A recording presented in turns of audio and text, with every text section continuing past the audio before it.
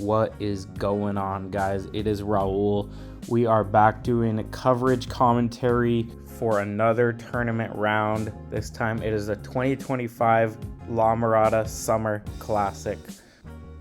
Round one, we got the Lakeside this time. Usually it is played on the backside, but they're switching it up this year, so we are playing on the Lakeside first. And we have a pretty awesome feature card. We got Jake Brown, Ryan Jewell, Chris Pinegar, and Daniel Perry. These guys are all over 1,000, which is pretty good for a local B tier, having a full lead card and more of over 1,000 rated players. Jake Brown is a local guy who is now on tour. He's actually from San Clemente, as well as having Ryan Jewell on the card. He is a San Diego guy, and then Chris Pinegar is your local La Mirada player, recently shooting an 18 down on the Lakeside, which is insane. And then Daniel Perry, which is kind of the young local La Mirada guy. So it should be a really fun round and a really interesting tournament to watch here. And sorry, I didn't get any drone coverage for you this time, but we do have these hole maps. So hole one, it is just a straight shot. It is downhill. There's OB long and OB short, but the OB short is very short. So they're really just going to be throwing a hyzer. It's right next to that tree down at the bottom, and hoping to play for inside the circle. It's 310, but really playing around probably 240 or so. So Jake throws a nice little hyzer, maybe coming up a little short left there, but it should be up there for a putt for sure. Ryan Jewell, not sure exactly what he's throwing, but probably some overstable putter, I'd imagine.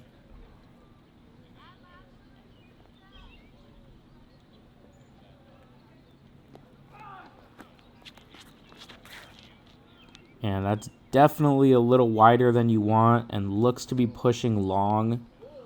It's going to be close. Here's Pinegar. Maybe throwing a pig or something. Not exactly sure, but definitely some putter. It could even be a Cayman. That's looking a little left, but also should be up there in circle one putting. And here's Daniel Perry. Looks to be throwing maybe a J, actually, surprisingly. I would have thought Toro on this hole, but I think that's one of his J's, but I could be wrong. So we're going to see Jake first. Went a little bit left, probably edge of circle. And really committed putt, just a little bit high. Stays up a little bit longer than he expected. Pinegar's going to be a little bit short, just putting right down the hill. Little nervy with that OB right behind the basket, but he's definitely made a few of these putts.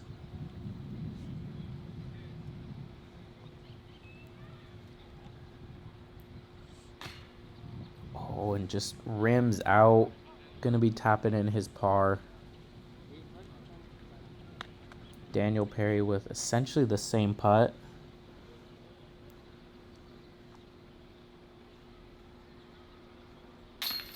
And a nice putt to fall on hole one. So Ryan Jewell did actually go OB, and this is his putt for the par. Probably just inside the circle. 30 feet or so. Just a little bit low. Gonna have to take a bogey on hole one here.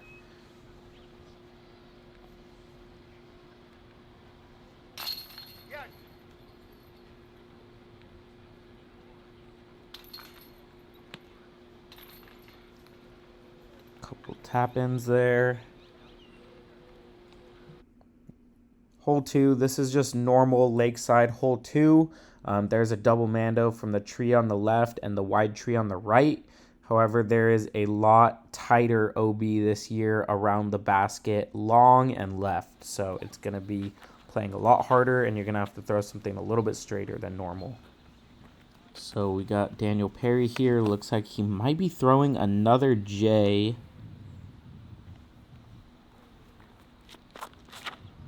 Kind of looked like a mid to me. I know he's got a couple of J's in the bag, kind of just a straight mid. And that thing is actually going to glide out and just go long. OB barely, but should be just inside the circle for par. Jake Brown going with this Rock 3. He is also an Innova player. Jake and Daniel are both Innova guys. So Jake's throwing this Rock 3 nice and flat. And looks pretty solid. Gets a nice little skip. I believe that's around circle's edge, if not in the circle.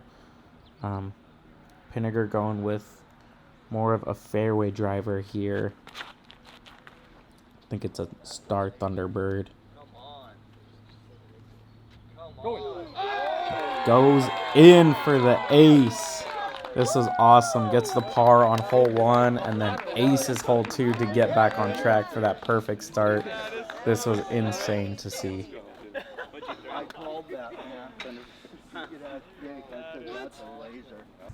Of course, we're going to get the catch cam replay here.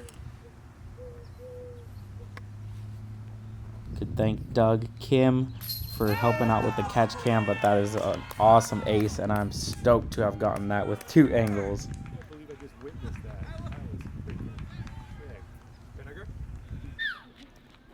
So now Ryan Jewell's got to follow that shot up.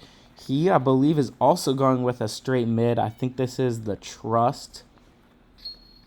Kind of the same disc as that like J Rock 3 type mid. And just comes out a little bit early, pushing that Mando. Gets a nice little anti-skip, though. Gonna have a putt for birdie, I believe. Yeah, just barely inbounds there. Pinegar grabbing that ace disc. That is an awesome ace.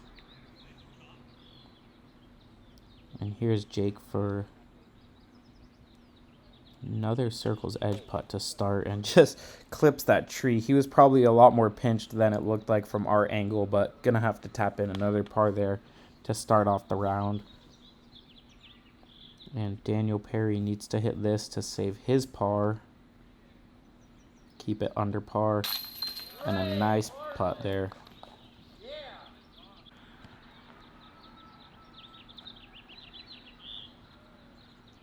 Ryan Jewell got a nice little anti-skip to well inside the circle. He's going to be loving that lie after that shot.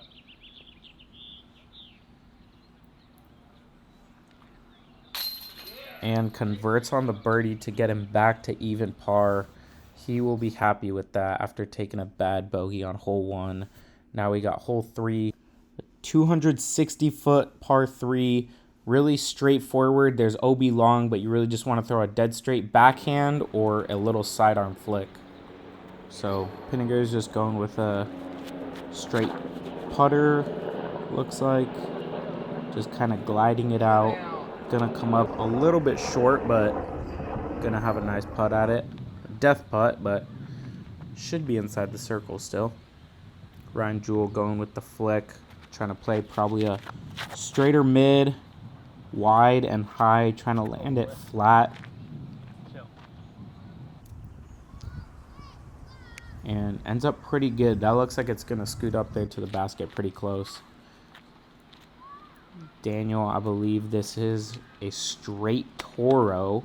Going with something overstable that he could put on a little anhyzer. Try to land it flat. And actually just throws kind of a hyzer flip up. But pushes that backside and actually goes long OB. Should be pretty close for the par, though.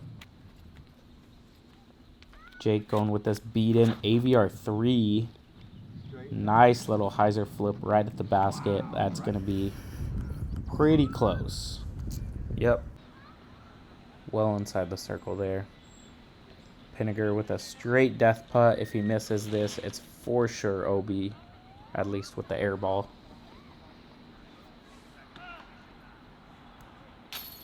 And hits it. Now he's 3 for 3 with a par on hole 1.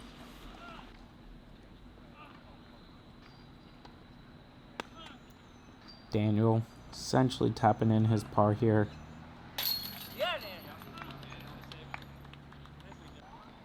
Which means Jewell and Brown are pretty close.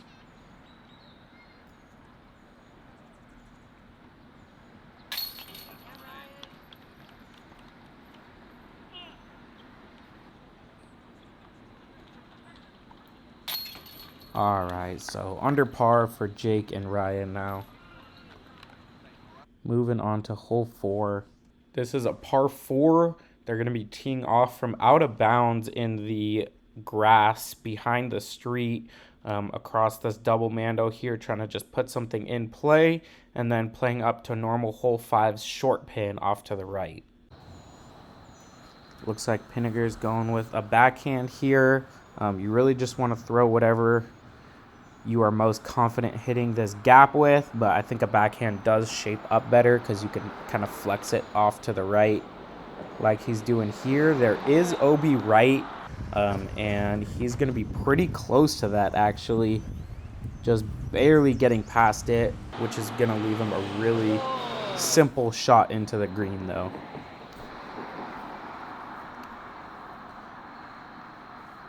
Ryan Jewell also going with the backhand here. Oh, so he looked to be throwing a roller, which looked pretty good, and it hits the tree and keeps rolling on a roller angle and cuts back left to inbounds, which is pretty insane to do all that and still be inbounds and honestly give him a look to get a birdie potentially. Jake getting roused by the car, but also throwing a backhand here. Smoothie backhand right up the middle. Get a little replay here. Dead center of the gap. Little flip up, and that should put him in a good position, even though he might have a couple of trees to contend with. And 4 for 4 on the backhands.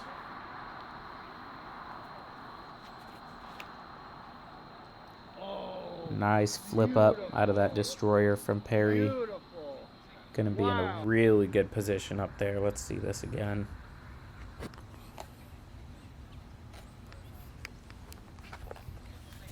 Yeah, that's gonna be pretty much an open hyzer, forehand or backhand from there. So Ryan Jewell is going with this flippy DX Stingray, I want to say, and trying to throw a roller up the hills in between all the trees. And gets through. I lose it for a second, but it kind of pops up there to the right. He's gonna have a long putt, which is pretty insane from back there. Jake going with the little flex shot here, just not quite committed enough, kind of comes out early and hits that tree, so he's going to have just a little bit of work for the up and down for the par. Chris has an open hyzer line off to the right, should be able to put this pretty close, and yeah, puts it right up there. And Perry, kind of same thing, hyzer, just the inside line. Also puts it up there pretty close. And Jake just kind of threw real quick. Upshot coming up a little bit short though. Here's Ryan's birdie putt from all the way back there, which is pretty impressive to get it all the way up here, especially with a Stingray. See if he can convert on an insane birdie.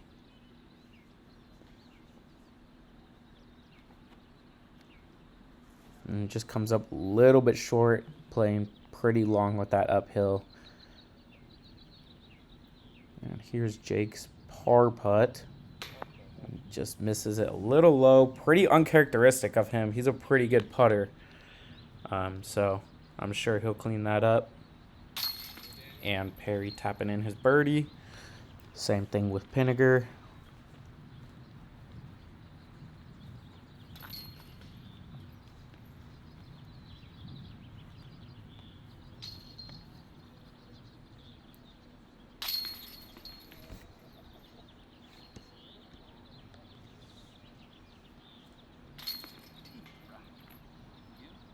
All right, so hole 5, it is going to be basic hole 5, just shooting up to the palm trees.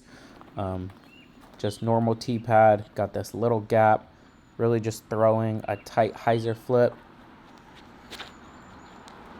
Something with some glide that's going to just push up and left. Pinegar does it pretty much perfect, skipping a tiny bit long, but essentially parking it for the 5 for 5 start. Daniel Perry throwing this Invictus. It's overstable but glidey, so he's putting it on a little hyzer inside, and that gets a nice forward skip actually right up to the basket. Usually don't see a skip like that. Usually people go for a little bit wider and kind of that left skip. Not sure what Ryan Jewell's throwing here. Don't know his bag too well.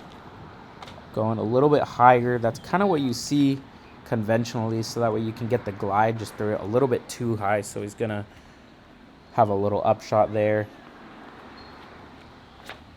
And Jake, I want to say he's throwing like a T-Bird 3 or a Thunderbird. Misses his line wide, but gets through the tree, and he's gonna have a putt back at it about 30 feet or so.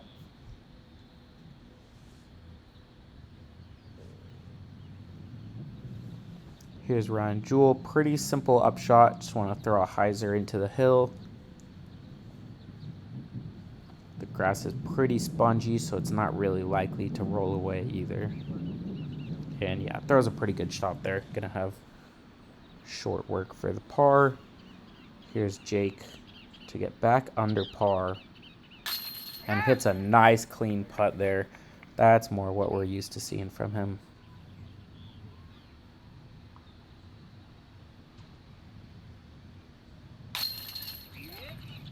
Nice par from Ryan, and another birdie from Pinegar.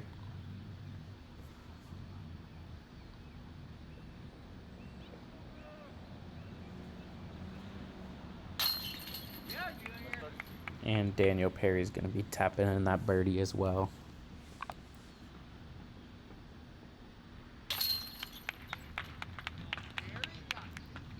Hole 6 is also normal hole 6, really just throwing a hyzer to the right, trying to fade it into the tall basket with OB long.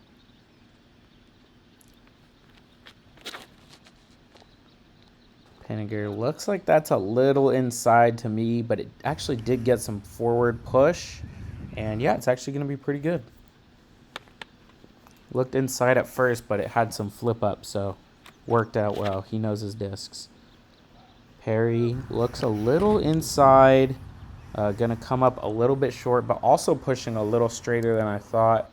That's going to be maybe just outside or just inside the circle.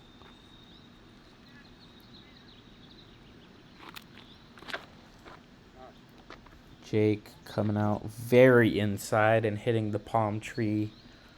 There's going to be no opportunity for birdie there, just pitching up for par. And Ryan actually going with the forehand route,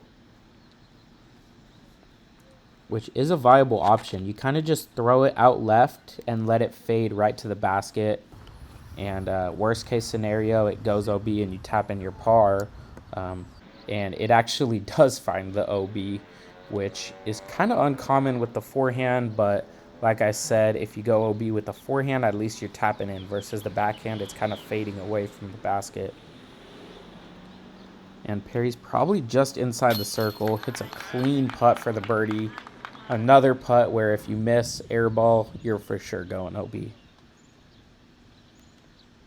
That's kind of the tricky side about Lamy Lakeside, is there's a lot of death putts, and if you miss a couple, then that's multiple strokes that you're going to be giving away, not just one.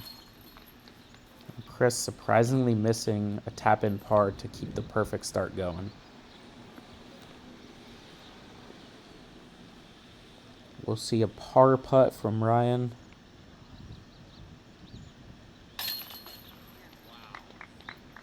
As well as Jake Brown.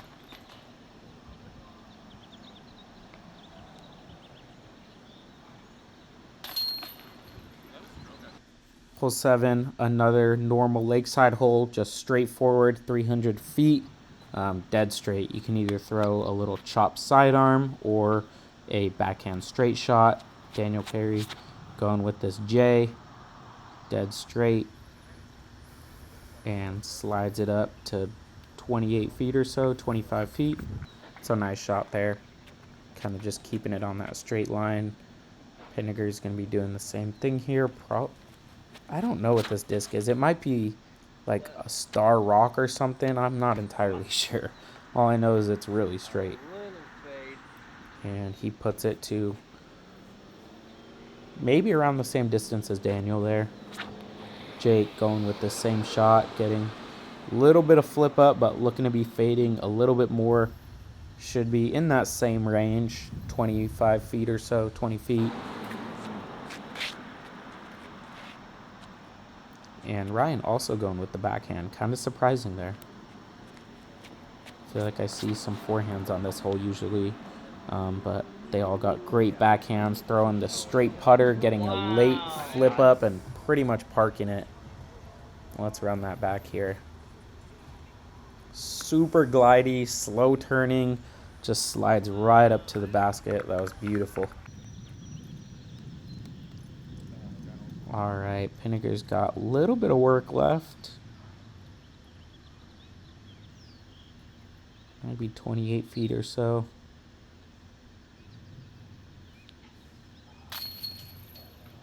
And a surprising chain out to miss 2 putts in a row. He's usually pretty good from that range and in, but going to be giving up 2 strokes there. Here's Daniel to tie him up at 5 down. Hits a nice putt to do so. And Jake to get to 2 under. There you go. There's another birdie. And Ryan's going to be tapping in his birdie. 3 out of 4, pretty solid, but you would definitely think a star frame after those drives.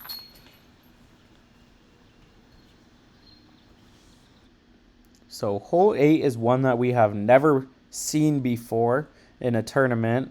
We are playing to hole 9's long pin with a Mando on one of these palm trees that you'll see in a second, and OB that is the next hole's OB line. So you really just want to lay up short and then pitch across the OB for your birdie. Looks like Daniel's just going with the putter, trying to play it straight. Probably that beat-in Toro. Gonna have a pretty short upshot for the birdie there. They're all just gonna be throwing some sort of putter, maybe a little forehand chip, but just trying to get past these palm trees and then get up and down with a pretty basic upshot. Jake right next to Daniel. And yeah, Ryan's gonna go with this little sidearm. Probably an overstable fairway driver. Touch of hyzer, just playing it off right. Just perfectly fine. You could just go sidearm, sidearm. Backhand, upshot even. And Pinegar just playing. Hyzer, a little safer, but you really just don't need much. You really just want to put something inbound. If you get too aggressive, you can roll long. So I definitely get it. Going with the sidearm upshot here. A little low. I think he thought that it was going OB long, but stays inbounds. Going to be putting back up at the basket.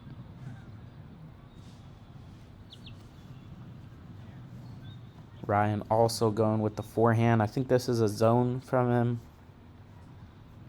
Just trying to glide it down there.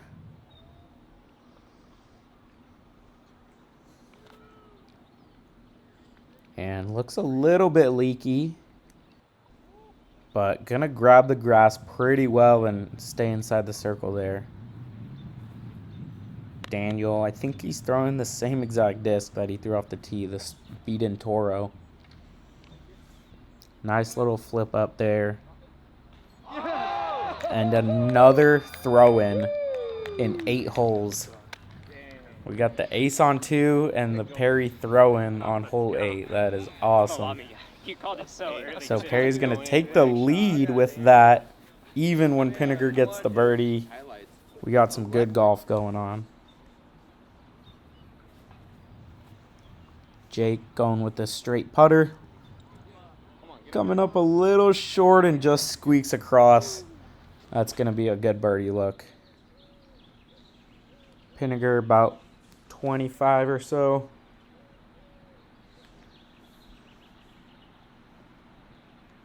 Got to make this to stay one back of Perry now. And make some nice putt right in the heart.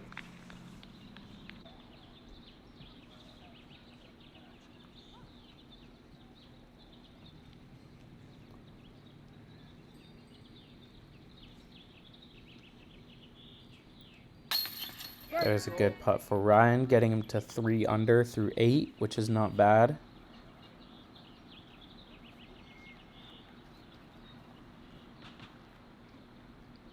And Jake to also get to 3 under. Slightly downhill putt, got to keep the nose down. And nice solid putt there. Hole 9, classic. Hole 10 normally, just the turnover shot, 330 with OB left and right.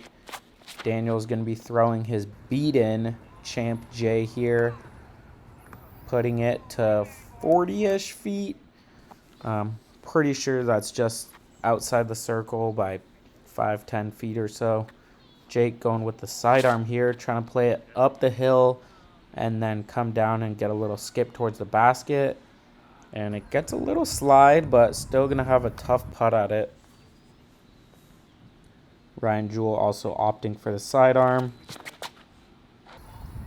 Nice little inside flip up on this one. And gets a good skip to maybe 25, 27 feet or so. Pinegar throwing the sidearm here. This was surprising to me. I feel like I see him throw the backhand here, but his sidearm's been looking good lately. And he parks it, so I can't blame him. Okay, maybe not parked, but 15 feet. I think you can call that parked. Jake Brown with the risky putt, just keeps it a little bit low. Ryan Jewell also pretty scary putt here. If you airball, good chance it rolls down the hill, OB. And no matter what, it's going to be a little bit of a comebacker. And there you go, about 20 feet or so for the comebacker. Shouldn't be too big of a issue, though. And Daniel's probably right on circle's edge here, actually. A little bit closer than it looked like. And just leaves it a little bit high, or it might have lifted, but stayed right there. Going to be tapping in. And Pinegar is going to tie him going into the back 9.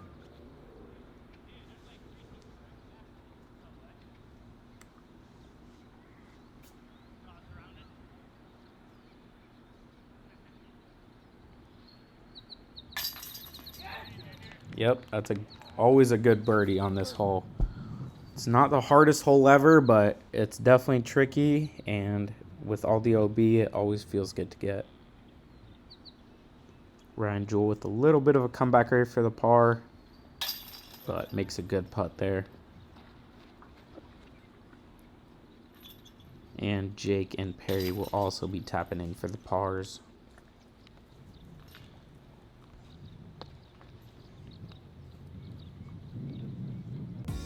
All right, so after 9 holes, we got Pinegar and Perry both at 7 down, and Jake Brown and Ryan Jewell both at 3 down. We got a fun back 9 coming up with some interesting holes that are not normally on the La Mirada Lakeside layout, so should be fun.